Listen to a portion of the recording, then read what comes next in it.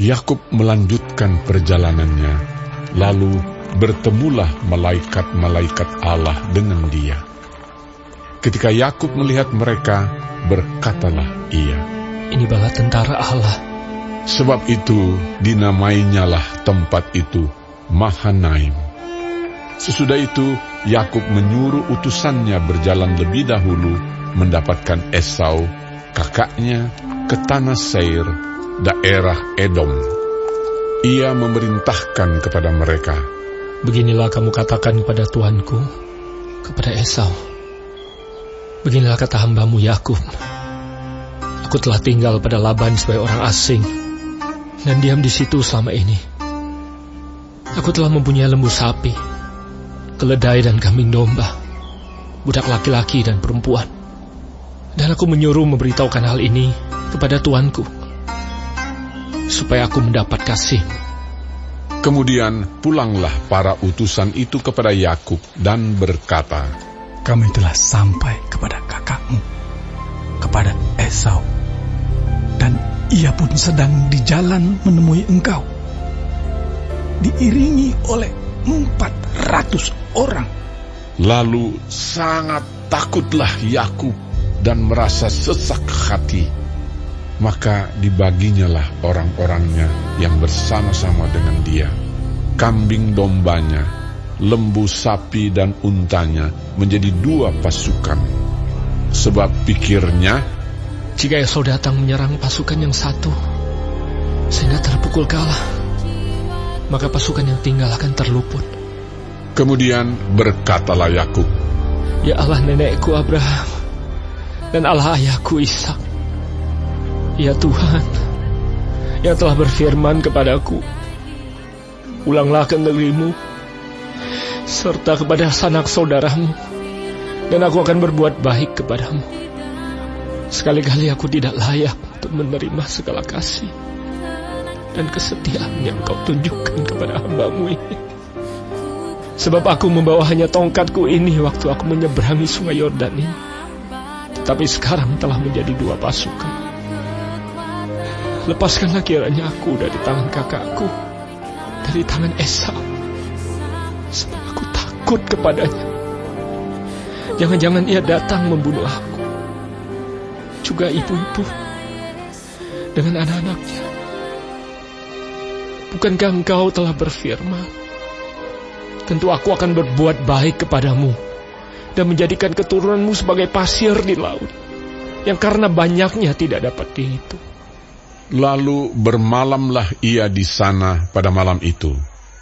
Kemudian diambilnyalah dari apa yang ada padanya suatu persembahan untuk Esau, kakaknya, yaitu 200 kambing betina dan 20 kambing jantan, 200 domba betina dan 20 domba jantan, 30 unta yang sedang menyusui beserta anak-anaknya, 40 lembu betina dan 10 lembu jantan, 20 keledai betina dan 10 keledai jantan. Diserahkannyalah semuanya itu kepada budak-budaknya untuk dijaga, tiap-tiap kumpulan tersendiri, dan ia berkata kepada mereka, "Berjalanlah kamu lebih dahulu, dan jagalah supaya ada jarak antara kumpulan yang satu dengan kumpulan yang lain." Diperintahkannyalah kepada yang paling di muka, "Apabila Esau, kakakku, bertemu dengan engkau dan bertanya kepadamu, 'Siapakah tuanmu dan kemanakah engkau pergi, dan milik siapakah ternak yang di depanmu itu?' Jawablah, 'Milik hambamu Yakub. Inilah persembahan yang dikirim kepada tuanku Esau, dan Yakub sendiri pun ada di belakang kami.'" Begitulah diperintahkannya baik kepada yang kedua maupun kepada yang ketiga, dan kepada sekalian orang yang berjalan menggiring kumpulan hewan itu. Katanya, "Seperti perkataanku tadilah, kamu katakan kepada Esau apabila kamu berjumpa dengan dia. Dan kamu harus mengatakan juga, hambamu Yakub sendiri ada di belakang kami." Sebab pikir Yakub, "Baiklah, aku mendamaikan hatinya dengan persembahan yang diantarkan lebih dahulu. Kemudian barulah aku akan melihat mukanya. Mungkin ia akan menerima aku dengan baik. Jadi persembahan itu diantarkan lebih dahulu, tetapi ia sendiri bermalam pada malam itu di tempat perkemahannya.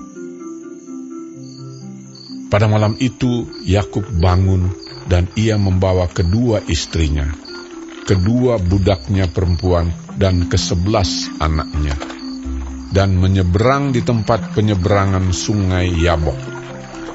Sesudah ia menyeberangkan mereka, ia menyeberangkan juga segala miliknya. Lalu tinggallah Yakub seorang diri, dan seorang laki-laki bergulat dengan dia sampai fajar menyingsing. Ketika orang itu melihat bahwa ia tidak dapat mengalahkannya, ia memukul sendi pangkal paha Yakub, sehingga sendi pangkal paha itu terpelecok ketika ia bergulat dengan orang itu. Lalu kata orang itu, "Biarkanlah aku pergi, karena fajar telah menyingsing." Sahut Yakub, Aku tidak akan membiarkan kau pergi jika engkau tidak memberkati aku. Bertanyalah orang itu kepadanya. "Siapakah namamu?" Sahutnya, Yakub. lalu kata orang itu, "Namamu tidak akan disebutkan lagi Yakub, tetapi Israel, sebab engkau telah bergumul melawan Allah dan manusia, dan engkau menang." Bertanyalah Yakub, Katakanlah juga namamu. tetapi sahutnya, "Mengapa engkau menanyakan namaku?" lalu diberkatinyalah Yakub di situ. Yakub menamai tempat itu Peniel, sebab katanya, Aku telah melihat Allah berhadapan muka, tetapi nyawaku tertolong. lalu tampaklah kepadanya matahari terbit ketika ia telah melewati Peniel, dan Yakub pincang karena pangkal pahanya. Itulah sebabnya sampai sekarang orang Israel tidak memakan daging yang menutupi sendi pangkal paha, karena dia telah memukul sendi pangkal paha Yakub pada otot pangkal pahanya.